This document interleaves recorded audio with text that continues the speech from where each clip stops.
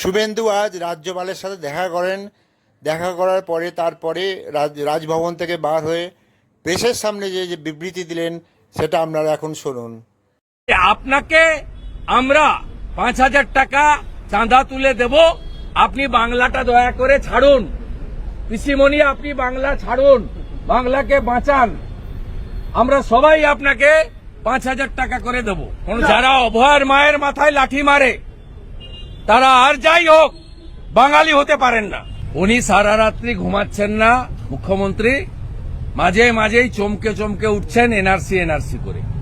SIR হলে আর উনার গুন্ডাদের আর উনার যে রেজিস্টার্ড গুন্ডা পুলিশ তাকে যদি ইলেকশন কমিশন তালাচাবি লাগিয়ে রাখতে পারে, বাংলার মানুষ এবারে ঝড়ে তুলে ফেলে দিবে, প্রস্তুত হয়ে আছে। No SIR no vote. তো মাথায় অক্সিজেন কম যায়। পিসির ভাই 18 জন সিকিউরিটি দিয়েছে, এসআরডি এর চেয়ারম্যান, উনি পাবেন না তো কে যাবেন? পাবেন ধর্ষকদের নেত্রীকে, মমতা ছাড়া আবার। 21-এ ভোটের আগে বলেছিল ডবল ডবল চাকরি হবে, এখন ডবল ডবল চাকরি যাচ্ছে। 26,000 গেছে, 32,000 যা যাওয়ার পথে। আবার 6 মাস পরে নির্বাচন, তাই তাজপুর বলছে দেউচা পাঁচামিতে বলে এসেছিল 1 লক্ষ লোক চাকরি পাবে, একটা লোক চাকরি পেয়েছে দেখিয়ে দিক, 1 ঝুড়ি কয়লা তুলেছে দেখিয়ে দিক। এখানে কুলপিতে বন্দর করবে বলেছিল, কতবার বলেছে, বন্দরের ভয়ের দেখা নেই। এইসব ঢপবাজি মারতে মারতে উনি টুপি পরাতে পরাতে চলছেন। এসআইআর হলে আর উনার গুন্ডাদের আর উনার যে রেজিস্টার্ড গুন্ডা পুলিশ তাকে যদি ইলেকশন কমিশন তালাচাবি লাগিয়ে রাখতে পারে, বাংলার মানুষ এবারে ঝড়ে তুলে ফেলে দিবে, প্রস্তুত হয়ে আছে। নো এসআইআর নো ভোট, আর ভোট হবে নো ভোট টু মমতা। পরিযায়ী শ্রমিকদের জন্য 5,000 টাকা করে দেওয়ার ঘোষণা করা হলো। কেউ নেবে না। পরিযায়ী শ্রমিকরা ডেলি 5,000 টাকা রোজগার করে। মমতা ব্যানার্জি জানে না 349 টাকা লাগে মোবাইলে রিচার্জ করতে। ডেলি যদি মোবাইল ঘাঁটেন দুবার রিচার্জ করতে হয়, 700 টাকা লাগে। 1 কুইন্টাল মোটা চালের কেজি হচ্ছে 3,500 টাকা, 3200 থেকে 3,500 টাকা। 15 টাকা প্রায়, কখনো 14-15 আলুর কেজি। 5,000 টাকায় কিছু হয় না। 5,000 টাকা ডেলি রোজগার যারা করেন তারা 5,000 টাকার লোভে, তাও তো আপনি 6 মাসের জন্য দেবেন, ভোটের পরে বন্ধ হবে। এ টুপিতে কেউ পড়বে না। আমাদের রাজ্যপাল মহোদয় আমাকে এজেন্ডার বাইরে 2টো তথ্য দিয়েছেন।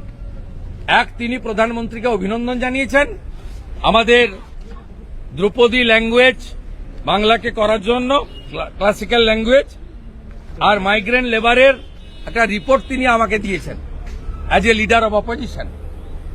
মুখ্যমন্ত্রীর উদ্দেশ্যে বলি, এই রিপোর্টে হরিয়ানাতে মোট 1,000 জনকে জিজ্ঞাসাবাদের জন্য হরিয়ানা পুলিশ ডিটেইন করেছিল।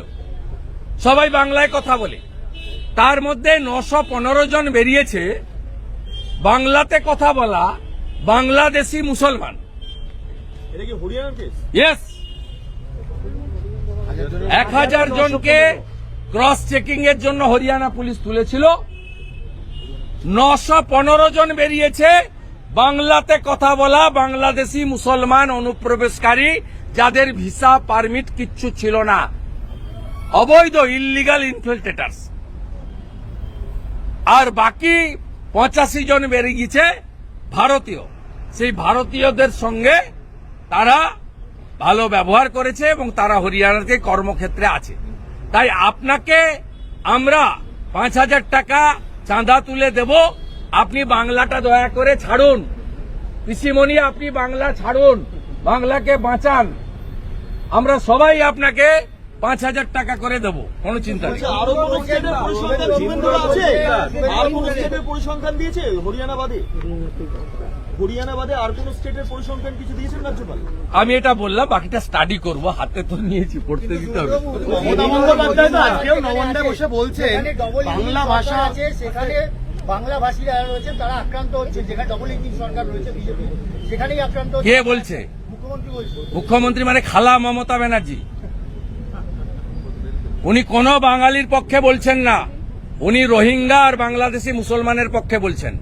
সব বড় বড় কথা বলবেন না। হিন্দল মজুমদার আজকে কোন ভারতীয়, কোন হিন্দু বাঙালি মমতা ব্যানার্জির পক্ষে নেই, কান খুলে শুনে রাখুন। এবারে কেউ টুপি পড়বে না, দেখা হয়ে গেছে।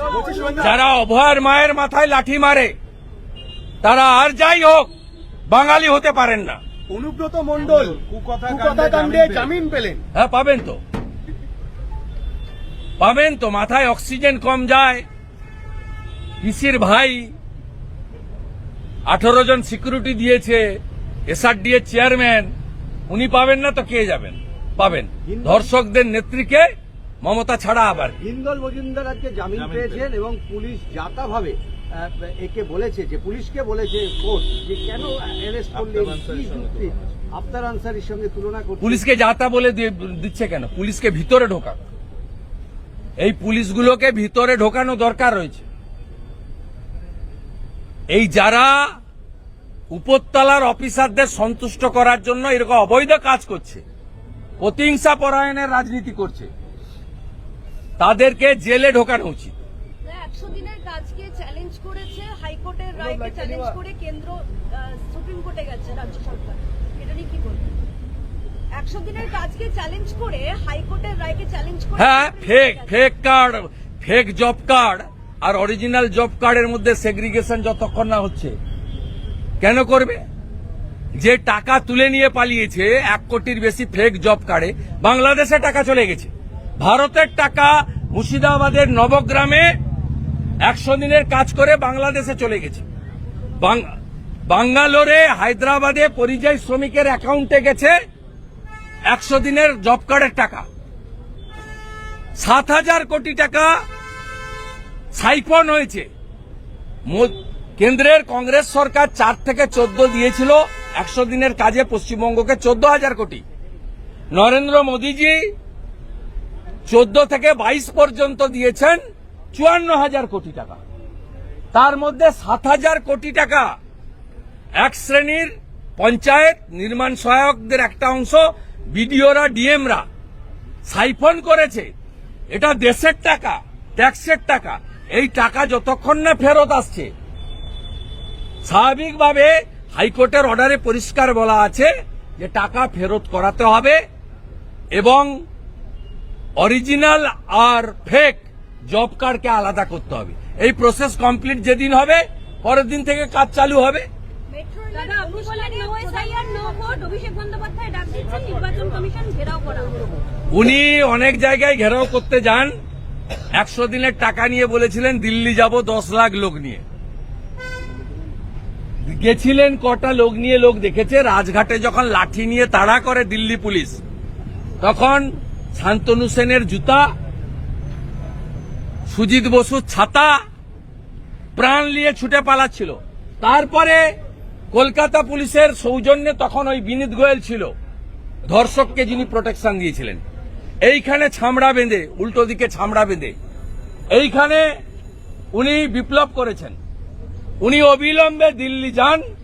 দিল্লি পুলিশ রাজীব কুমার বা মনোজ বার্মার পুলিশ নয়, দিল্লি পুলিশ কেন্দ্রীয় সরকারের হাতে।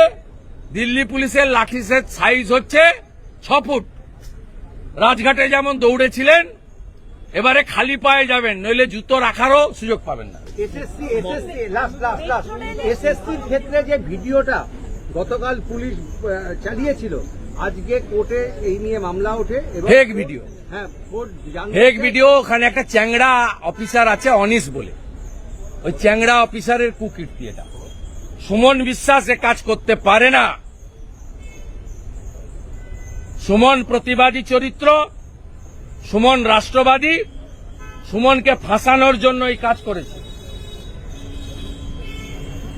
ওরা একটা চ্যাংড়া পুলিশ অফিসার হয়েছে, হিরো সেজেছে অনিশ বলে, ওই এই কাজটা করেছে।